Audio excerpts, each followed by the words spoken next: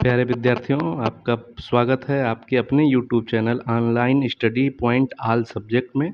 आज हम लोग BA, BSc, BCom, graduation level के जितने कोर्सेज चलते हैं उनका माइनर पेपर होता है डीएसएस 200 जिसका कोड होता है।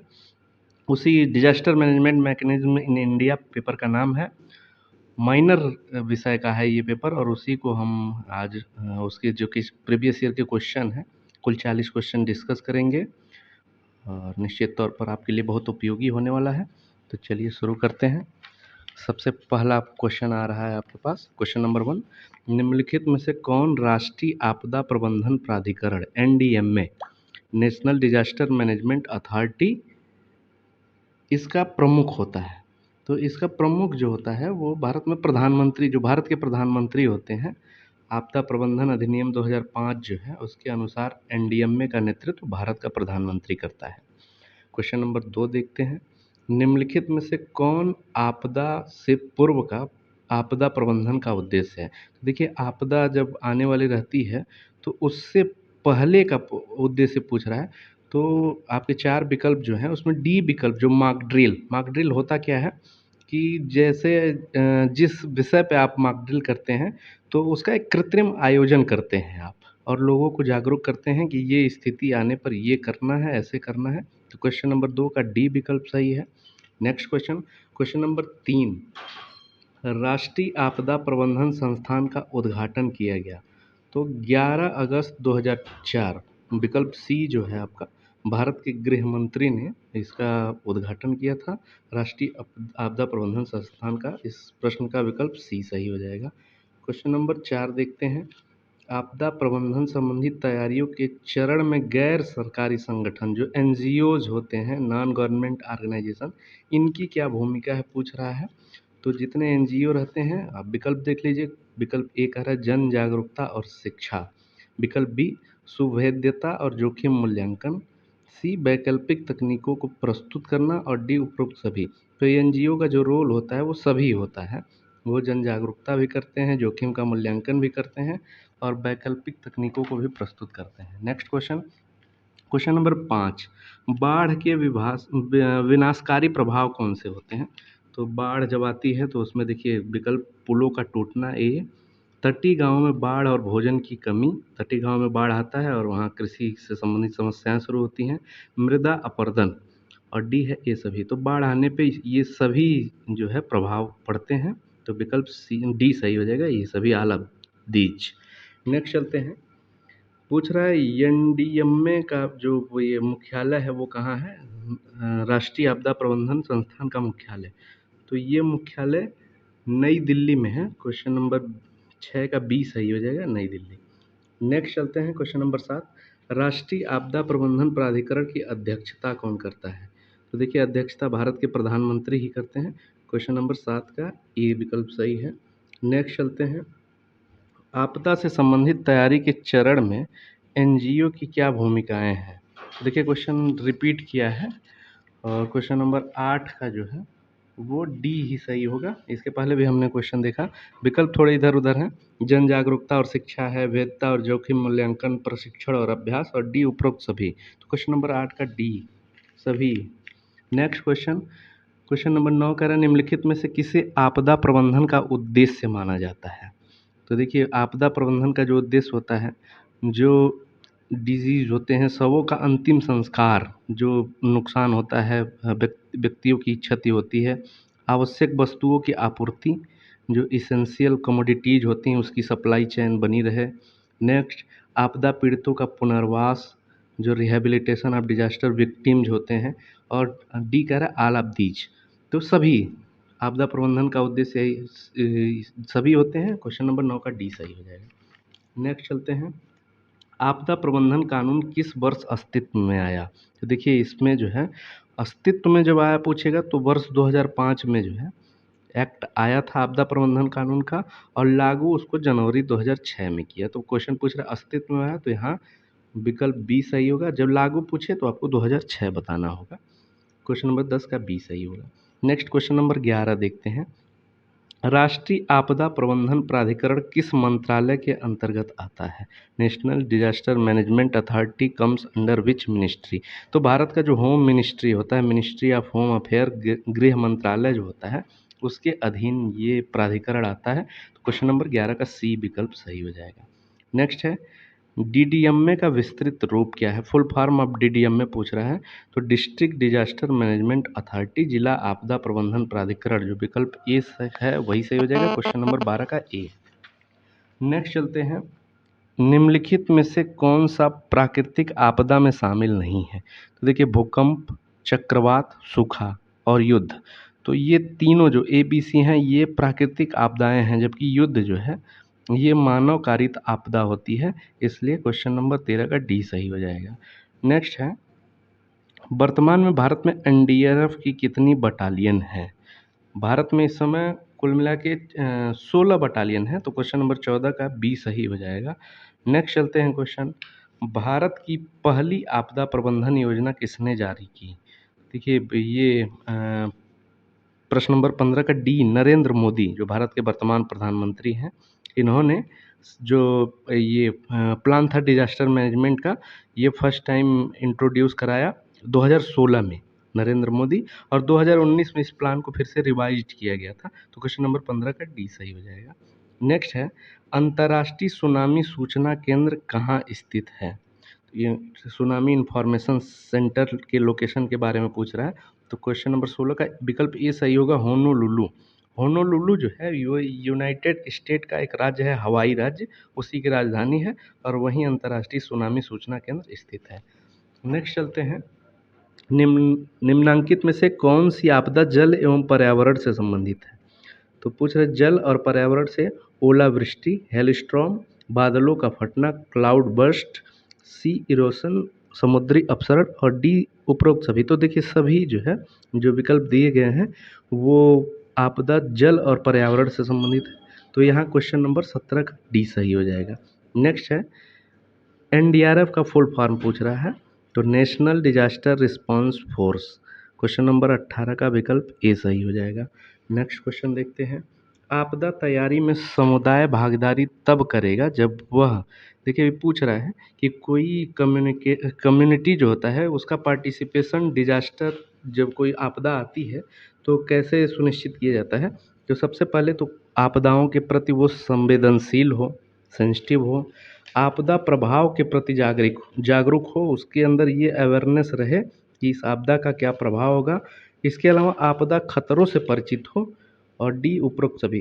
तो इस प्रश्न का भी विकल्प डी सही होगा, उपरोक्त सभी। वो आपदा के प्रति संवेदनशील हो, आपदा प्रभाव के प्रति जागरूक हो, और उसके खतरों को भी जानता हो। नेक्स्ट क्वेश्चन देखते हैं, राष्ट्रीय संकट प्रबंधन समिति का अध्यक्ष कौन होता है? तो देखिए, इस विकल्प का उत्तर सी सही होगा। कैबिनेट सचिव जो होते हैं वो नेशनल क्राइसिस मैनेजमेंट कमेटी के हेड होते हैं। और वर्तमान में अगर बात करेंगे कैबिनेट सचिव कौन है, तो टीवी सोमनाथन, टीवी सोमनाथन इस समय कैबिनेट सचिव हैं। नेक्स्ट चलते हैं, क्वेश्चन नंबर 21, आपदा के संबंध में डेस तथा आस्टर का क्या अर्थ होता है? दो शब्द दे रहा है, डेस और आस्टर का शब्द क्या, इन शब्द का अर्थ क्या होता है? तो क्वेश्चन नंबर 21 का सी, अशुभ और तारा, ये विकल्प सही हो जाएगा। नेक्स्ट चलते हैं, क्वेश्चन नंबर 22, एनआईडीएम का पूर्ण रूप क्या है? तो देखिए, एनआईडीएम का पूर्ण रूप, क्वेश्चन नंबर 22 का जो विकल्प ए है, national institute of disaster management, 22 का विकल्प ये सही हो जाएगा। ये स्थापित कब हुआ था जान लेते हैं, अक्टूबर 2003 में इसको स्थापित किया गया था। एनआईडीएम अक्टूबर 2003 में स्थापित हुआ था। नेक्स्ट चलते हैं, क्वेश्चन नंबर 23 का, मनुष्य के लिए सबसे घातक घटना है? तो देखिए, प्रकोप है, आपदा है, चरम घटना है, उपरोक्त में से कोई नहीं। तो क्वेश्चन नंबर 23 का बी विकल्प सही हो जाएगा। मनुष्य या मानव के लिए आपदा सबसे घातक घटना होती है। प्रकोप जो होता है वो छोटे लेवल पे होता है, उसका दायरा सीमित रहता है, जबकि आपदा जो है बड़े व्यापक स्तर पे होता है। तो क्वेश्चन नंबर 23 का बी सही हो जाएगा। नेक्स्ट है क्वेश्चन नंबर 24, लोगों में जागरूकता पैदा करने के लिए मॉक ड्रिल का आयोजन किया जाता है। तो कहाँ कहाँ जो है ये कंडक्ट किया जाता है मॉक ड्रिल, ये पूछ रहा है। तो state level, district level, village level, और all of the above level, तो सभी स्तरों पर, राज्य हो, जिला हो, ग्राम हो, सभी स्तरों पर लागू किया जाता है। तो 24 का डी विकल्प सही हो जाएगा। नेक्स्ट है, जब कोई भी प्रकोप उस समय आपदा बन जाता है जब वह, तो देखिए इसका सही विकल्प हो जाएगा सी, मानव आवासीय क्षेत्रों में आता है। कोई भी प्रकोप अगर मानव समाज को प्रभावित करता है तो उसे आपदा मान लिया जाता है। क्वेश्चन नंबर 25 का सी सही हो जाएगा। नेक्स्ट चलते हैं, क्वेश्चन नंबर 26, निम्न में से कौन सा आपदा प्रबंधन चक्र का घटक नहीं है? तो देखिए आपदा प्रबंधन का जो साइकिल होता है उसमें कुल 5 स्टेप होते हैं। तो ये तैयारी, प्रतिक्रिया, निर्माण और रिकवरी 4 विकल्प दे रहे हैं।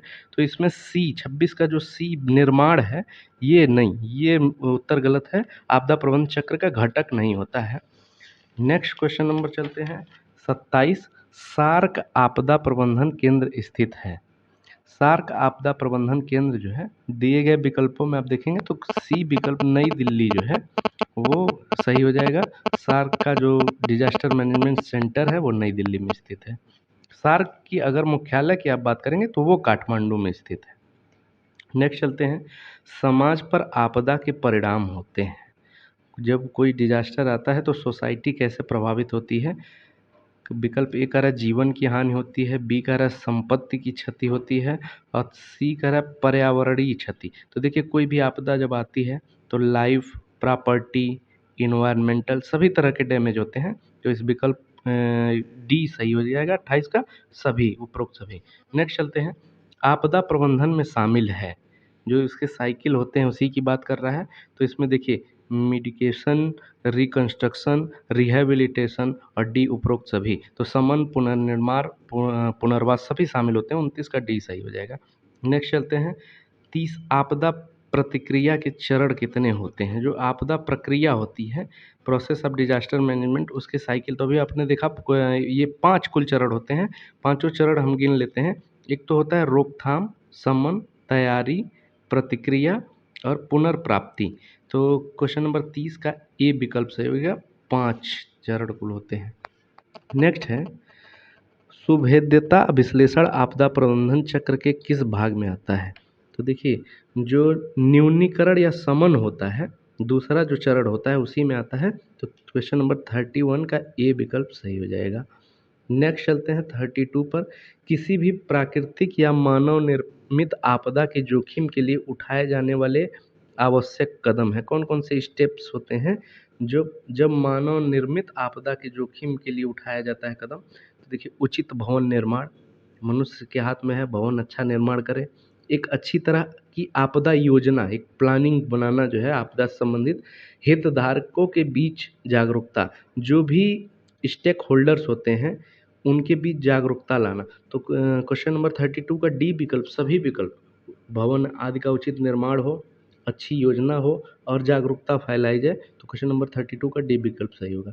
नेक्स्ट चलते हैं, पूछ रहा है संयुक्त राष्ट्र आपदा प्रबंधन team, united nation disaster management team, UNDMT किस देश में आपदाओं से उत्पन्न समस्या को हल करने के लिए जिम्मेदार है?